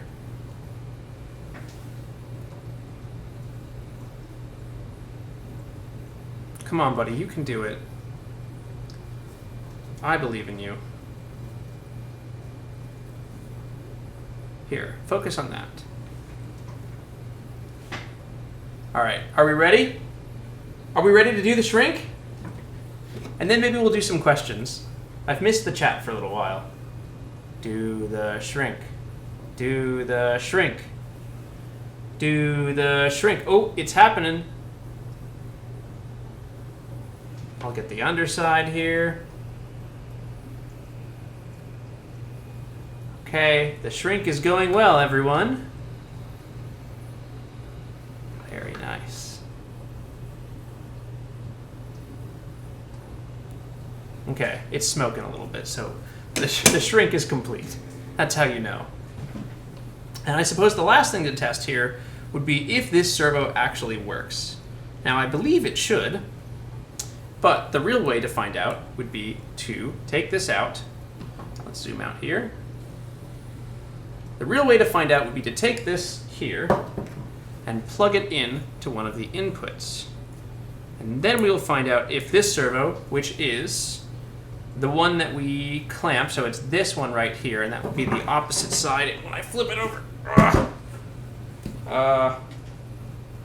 Okay, yeah. So this servo is the one that we are concerned about right here. That's the one that got a little bit sad. Let me just make sure that it's showing up on the frame. It should be fine. Oh, thank you, Lance. We watched because you were building and creating. Thank you very much. That's kind. Wow, we're almost to 400 viewers. That's insane. All right, so let's just turn it on and we'll look for some motion on this clamp. Here we go. That's the wrong switch. Oh.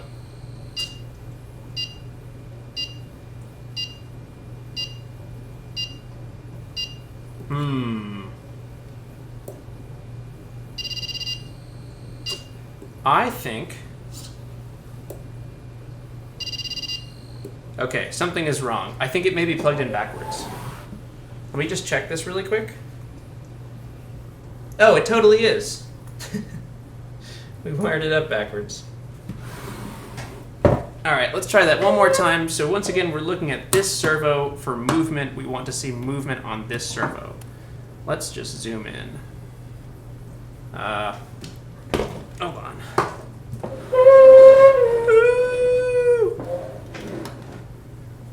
This is a mess. Hold on. Okay, we're looking for movement on this servo. It should fully engage. Thank you, JR Craft, by the way.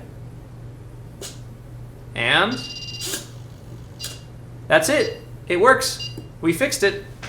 It's a pretty simple fix, but that's good news because we need that clamp to launch the Falcon Heavy. We need all 1, 2, 3, 4, 5, 6, 7, 8 clamps to launch the Falcon Heavy model. And it seems like at least some of them work, which is good news. Now, I am going to have to make a bunch of extensions for these servos because there are not quite enough inputs here. But that's okay, and that's something that I can take care of pretty soon.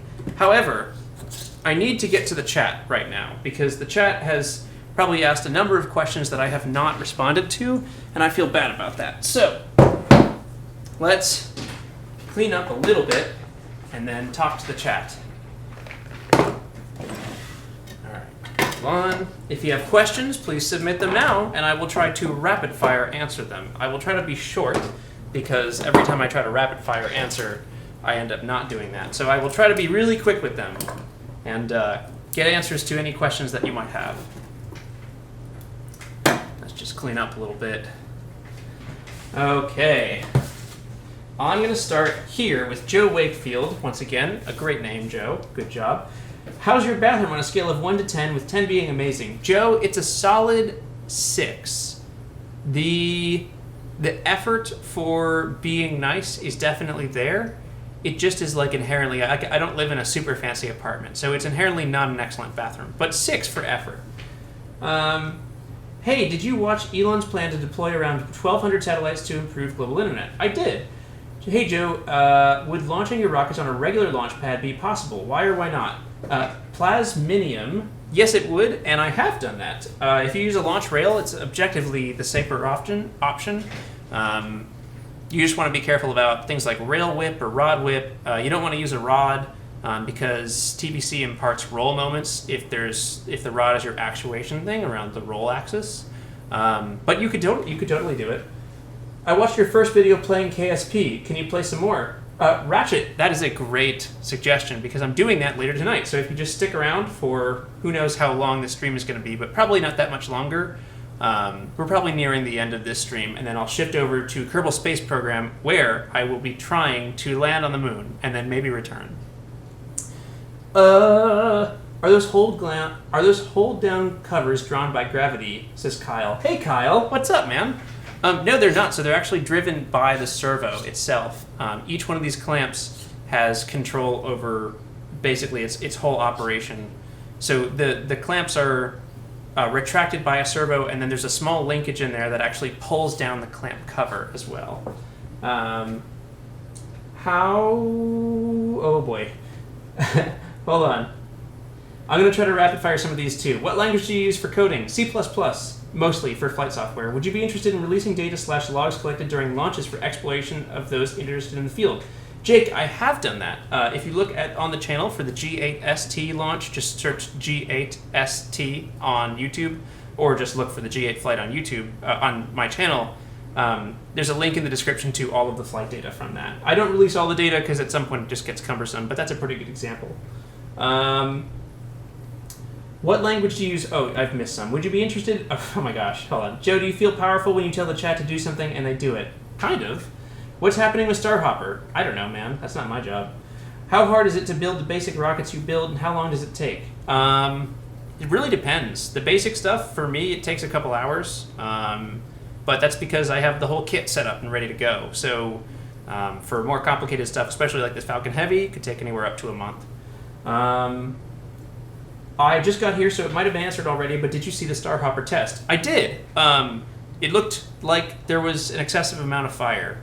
More fire than planned. So I wouldn't be surprised if there's some delays there. Where do you buy your body tubes and motors? ApogeeComponents.com. Not sponsored, just a good website. Have you considered making your own motors? I have not. I'm a terrible chemist, and that stuff can hurt you really bad, so I don't do it. Hi, I build rockets. Uh-oh, I've missed a lot. Hi, I build rockets, but I wonder, could you help me? Probably not. My schedule is really full right now. That's nothing against you, it's just my schedule is far too full right now. What programming language do you upload to the SD card? I don't upload anything to the SD card. The language is C++, and then it comes out of Signal as a .csv file, which is a comma-separated value file. What do you do for work? I do this! And it's supported by, here comes the Patreon plug, cover your ears if you hate this kind of thing.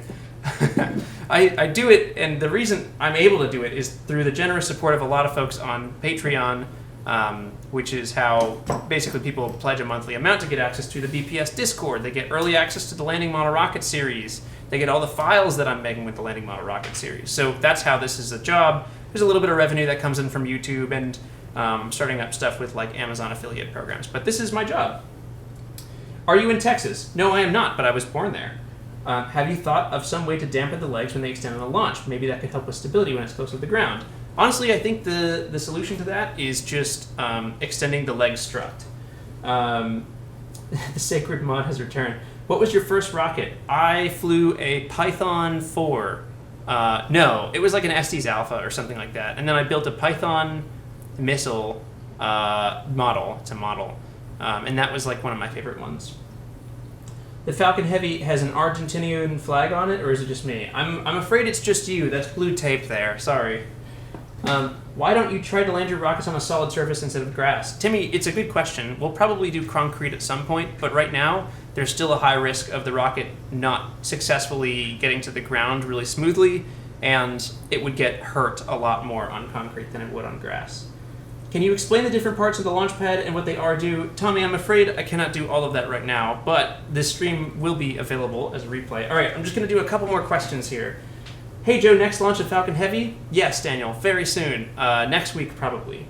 Joe, will you get a Oh, here we go. I should have showed off. Joe, when will you get a solid fume extractor? A solder fume extractor? I don't know. I wonder when I'll get one. I wonder when. So I have one now. I just didn't use it. Yay, KSP stream. Hi, Joe. I'm getting into model rocketry myself, and I'm having a lot of trouble lighting the motors. I'm using A-class motors with SD solar igniters. Any tips? The solar igniters should be pretty good. Those are the ones that like pop too, right? Either way, I use fireworks igniters, and I have a lot of success with those.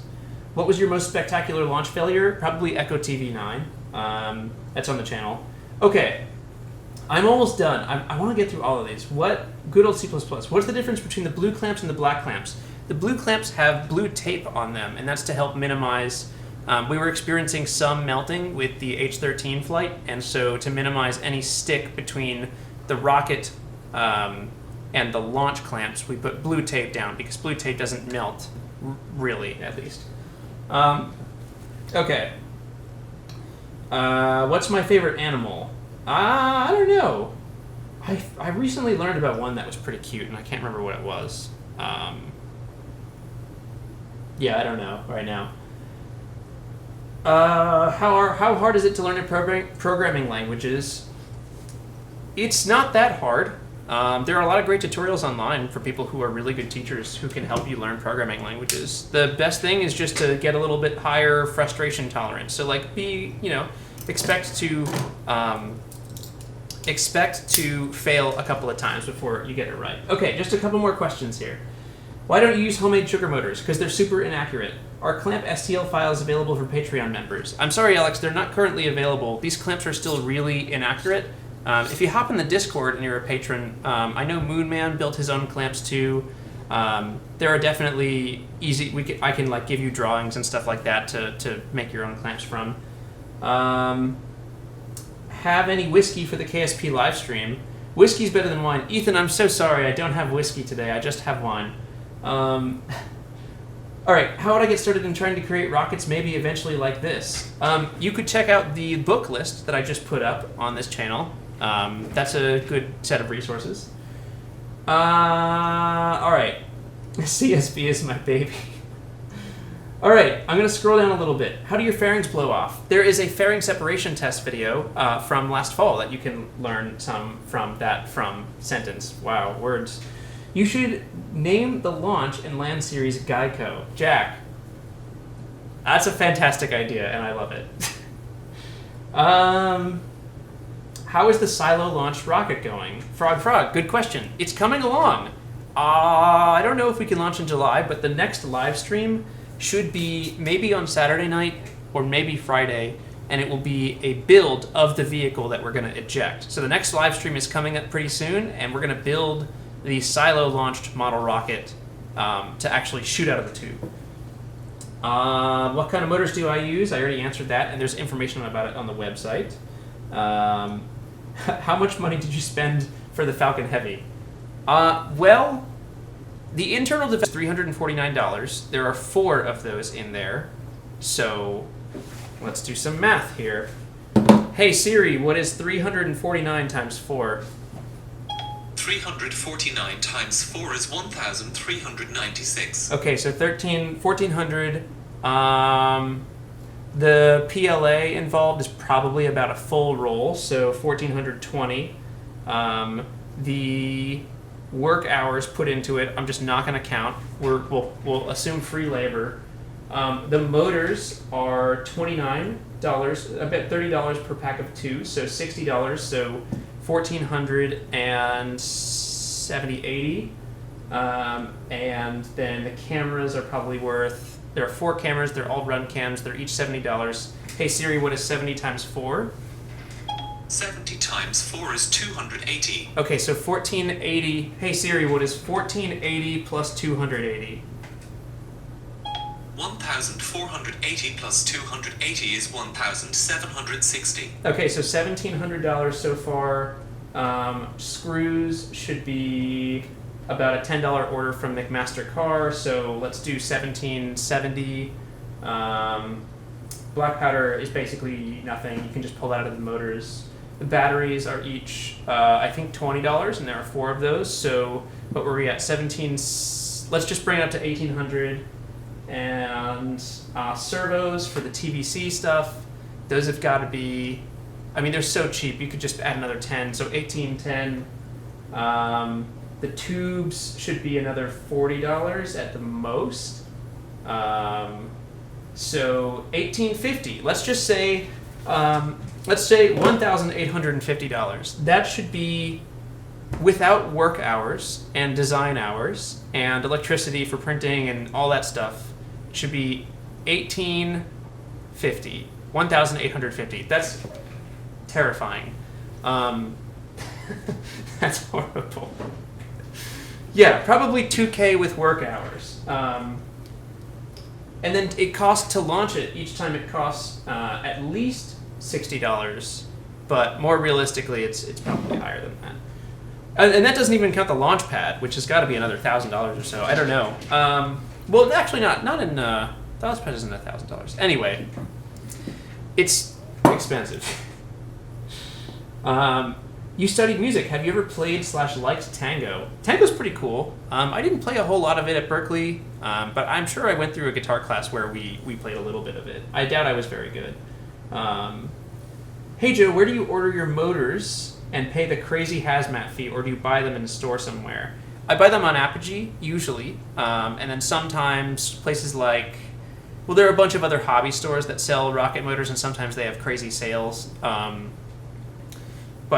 usually I just buy them from Apogee Components. And then you try to bundle all your orders. So I order motors about twice a year, and I just drop.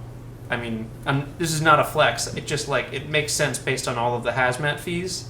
You should try to do as few orders as possible and just chunk all the motors into one order. Okay. I'm just a Bigelow. Everywhere I go, people know. Okay. What else? Does anyone have any other questions? I think we'll probably end it here and then move over to the Kerbal Space Program stream. This is most of the conversion already done. I have to upload the Falcon Heavy software on the launch computer. I have to, I probably want to do a couple ignition tests, but this is it's pretty much the setup that we'll use. I have to wire up these clamps. How do people get successful in starting your own company? Honestly, you get really lucky. You work really hard, and then you have to get really lucky, too. I'm going to ask one more time out of desperation. What was your role on your FRC team? I'm sorry I missed your question before, but I will answer it now. I did a lot of the wiring and I was really proud of what I did too. And I think I was the driver for the last year, or one of the drivers. FRC stands for First Robotics Competition, which is an awesome competition. If you're in high school and your high school competes in First Robotics, you should please get on the team. It's so much fun. So I did a lot of the wiring from the motor controllers to the motors. We used, the National Instruments, the NI, whatever their brain is. It's like the slot mount brains. I can't remember what they are. Yeah, it was mostly just wiring stuff. I didn't do any software work. I didn't really know a whole lot of coding at that point, and coding really scared me. And then I didn't do too much of the mechanical work either. Okay. Robert Hench says, sometime in the future, would you discuss the controversy in model rocketry world with thrust vectoring? Rob Hench, sure. Yeah, there's not actually a whole lot of controversy right now, but I would love to do a video on legality. So maybe I'll add a third part, or I'll just do a separate video to the resources videos that I'm doing, and I'll talk about the legality of thrust vector control and active stability or active guidance in model rockets, things like that. There's a lot of gray area, but if folks would be interested in that, at this point I feel pretty well versed with a lot of that stuff, so I'd be happy to talk about it. All right. Team 5885 all the way. No! Team 2888, the Beaver Bots. That was mine. So, folks, I think we are going to call it a night on this live stream, but don't go away because, well, I guess go away, but go somewhere else. We're going to be streaming on the other channel. I'm going to be streaming Kerbal Space Program. I'll set up the live stream link now on my computer. At least I'll set up the end screen on this screen, and then I'll drop a link in this chat to the Kerbal Space Program live stream. We're going to try to land on the moon. It should be pretty fun. I don't know how long it'll go, but we'll give it a shot. So anyway, that's all from me for now. Thank you very much for joining and watching, as always. Thanks for all the questions and all the interest. It means a lot to me. So thank you for the 300 emails. Should we get a final count on the emails? Oh boy. Let's see how many emails we ended up with. 215. Not so bad. Let's just get a little zoom in here on it. 215 emails. You know, at the beginning of that stream, at the beginning of the stream, it read somewhere around 25. So thank you all for the emails. All right. I'm going to go to the end screen. I'm going to drop a link in here to the Kerbal Space Program live stream, and I will see you over there probably in about 10-ish minutes. All right. Thanks a bunch for joining. May your skies be blue and your winds be low. Okay. Here we go. Goodbye, everyone.